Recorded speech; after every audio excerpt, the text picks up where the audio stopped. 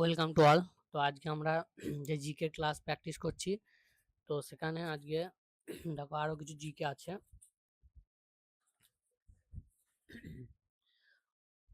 এক মিনিট দাঁড়াও।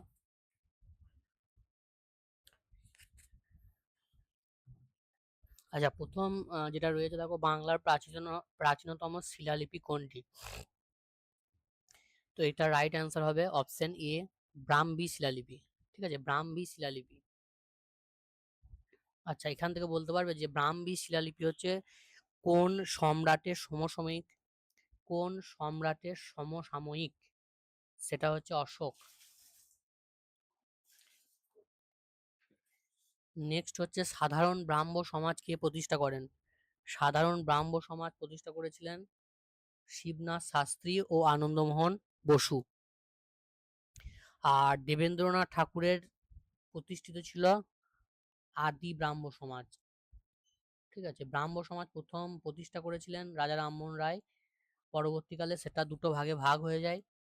এই সাধারণ ব্রাহ্ম সমাজ, যেটা প্রতিষ্ঠাতা ছিলেন শিবনাথ শাস্ত্রী ও আনন্দমোহন বসু, আর আদি ব্রাহ্ম সমাজ যার প্রতিষ্ঠাতা ছিলেন দেবেন্দ্রনাথ ঠাকুর। তারপরে 3 নম্বর কোশ্চেনটা বলেছে পশ্চিমবঙ্গের রাজ্য পশু কোনটি? পশ্চিমবঙ্গের রাজ্য পশু কোনটি? এটা হচ্ছে খুব কমন একটা কোশ্চেন, মেচ্ছ বিড়াল। আচ্ছা, পশ্চিমবঙ্গের রাজ্য ফুল কি? পশ্চিমবঙ্গের রাজ্য ফুল হচ্ছে শিউলি, শিউলি ফুল। 4 নম্বর এটা বলেছে ইন্ডিয়ান অ্যাসোসিয়েশন ভারত, বা বাংলায় যদি বলি ভারত সভা, এটা কত সালে প্রতিষ্ঠিত হয়েছিল? কত সালে প্রতিষ্ঠিত হয়েছিল? এটা হচ্ছে 1876 সালে প্রতিষ্ঠিত হয়েছিল।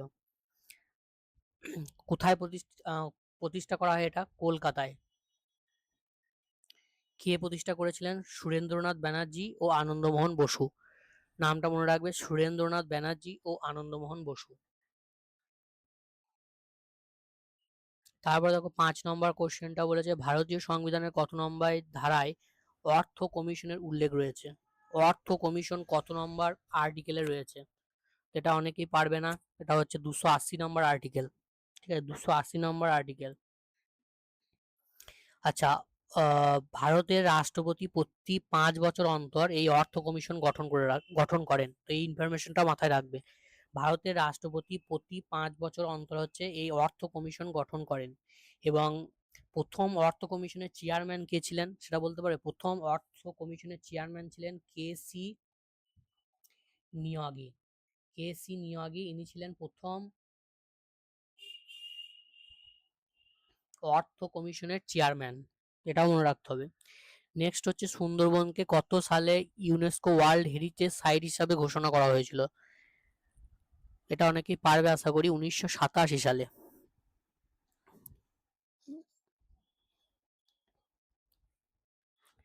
আর সুন্দরবনকে হচ্ছে রামসার সাইট হিসাবে কত সালে ঘোষণা করা হয়? রামসার সাইট, রামসার সাইট হচ্ছে তোমার 2019 সালে। তারপরে দেখো 7 নম্বরের কোশ্চেনটা ঘুরিয়ে দেওয়া আছে, বলেছে যে গীত গোবিন্দের রচয়িতা, এখান থেকে আমরা জানি যে জয়দেব। ঠিক আছে, গীত গোবিন্দের রচয়িতা হচ্ছে জয়দেব। তো এখানে বলেছে জয়দেব কার রাজসভার কবি ছিলেন? তো এটা রাইট অ্যান্সার হচ্ছে রাজা লক্ষণ সেন। রাজা লক্ষণ সেন। তো লক্ষণ সেনের রাজসভায় হচ্ছে পঞ্চরত্ন থাকতো। তো এই পঞ্চরত্নের মধ্যে একজন হচ্ছে যে আমাদের গীত গোবিন্দের রচয়িতা জয়দেব। তারপর এটা বলেছে ভারতের দীর্ঘতম নদী বাঁধ কোনটা? এটা হচ্ছে ভাকরা নাঙ্গাল। ভাকরা নাঙ্গাল। ঠিক আছে, যেটা উড়িষ্যায় মহানদীর ওপর অবস্থিত। উড়িষ্যায় মহানদীর ওপর অবস্থিত। আর ভারতের এটা দীর্ঘতম সব থেকে। আর যদি জিজ্ঞাসা করে ভারতের সর্বোচ্চ বাঁধ, সব থেকে উঁচু বাঁধ কোনটা, সেটা হচ্ছে তেহরি বাঁধ। তেহরি বাঁধ, যেটা রয়েছে তোমার উত্তরাখণ্ড। যেটা রয়েছে উত্তরাখণ্ড। ঠিক আছে, তাহলে এত ইনফরমেশন তোমরা গুছিয়ে কিন্তু সব লিখে রাখবে। তাহলে তোমাদের জাস্ট একবার করে রিভিশন করলেই কাজটা মিটে যাবে। তারপরে হচ্ছে মানুষের রক্তে অক্সিজেন পরিবহনকারী প্রোটিন কোনটি? দেখো 9 নম্বর কোশ্চেনটা বেশ ট্রিকি ভাবে দিয়েছে যে প্রোটিন কোনটি, রক্তে অক্সিজেন পরিবহনকারী প্রোটিন কোনটি? আমরা জানি যে রক্তে অক্সিজেন পরিবহন করে আরবিসি মানে লোহিত রক্তকণিকা, সেই লোহিত রক্তকণিকার মধ্যে থাকে আমাদের হিমোগ্লোবিন, তো এটা রাইট অ্যান্সার হচ্ছে হিমোগ্লোবিন। তারপরে কোশ্চেনটা খুব ইজি আছে, বলেছে ভারতীয় জাতীয় কংগ্রেসের প্রথম অধিবেশন কোথায় অনুষ্ঠিত হয়েছিল?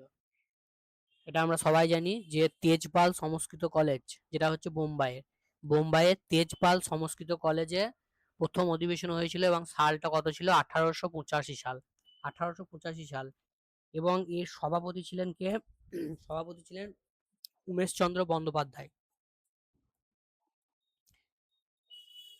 তারপরে বলেছে হাওড়া থেকে হুগলি পর্যন্ত বাংলার প্রথম রেলপথ কবে চালু হয়?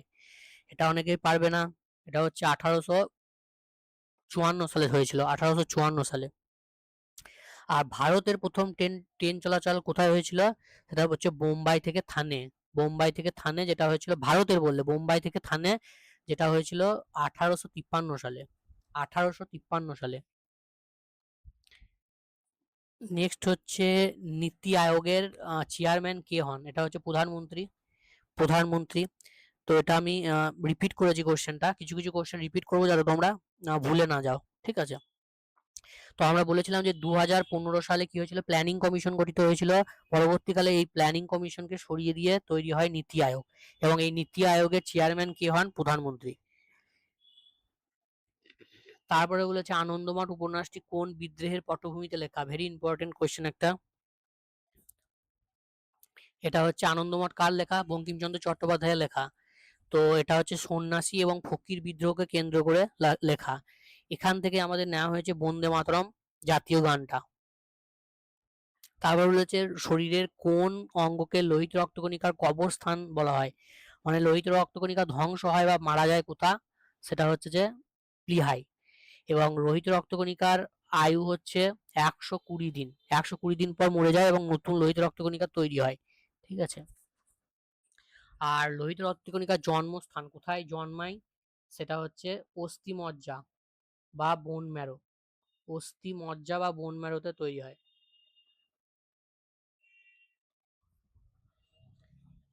তারপরে বলেছে কোষের শক্তিঘর কাকে বলে?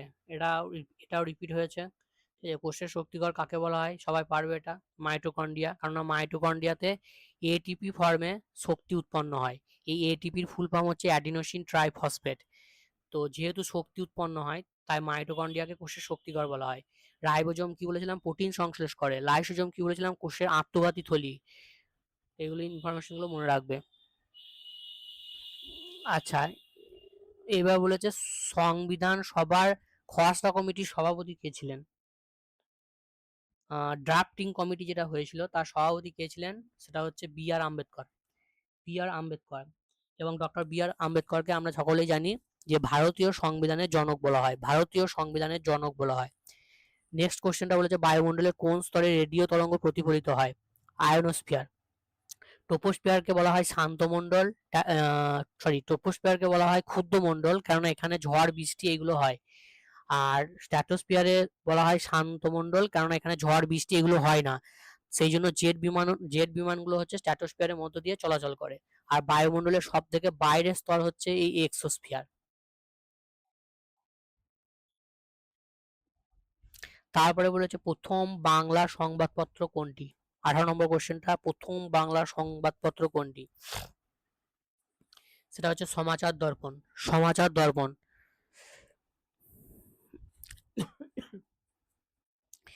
নেক্সট বলেছে রাজ্যসভার সদস্য হওয়ার জন্য সর্বনিম্ন বয়স, সব থেকে কম বয়স কত দরকার? সর্বনিম্ন বয়স রাজ্যসভার মেম্বার হওয়ার জন্য সর্বনিম্ন বয়স হচ্ছে 30 ইয়ার্স, ঠিক আছে? আর লোকসভার ক্ষেত্রে হচ্ছে 25 ইয়ার্স।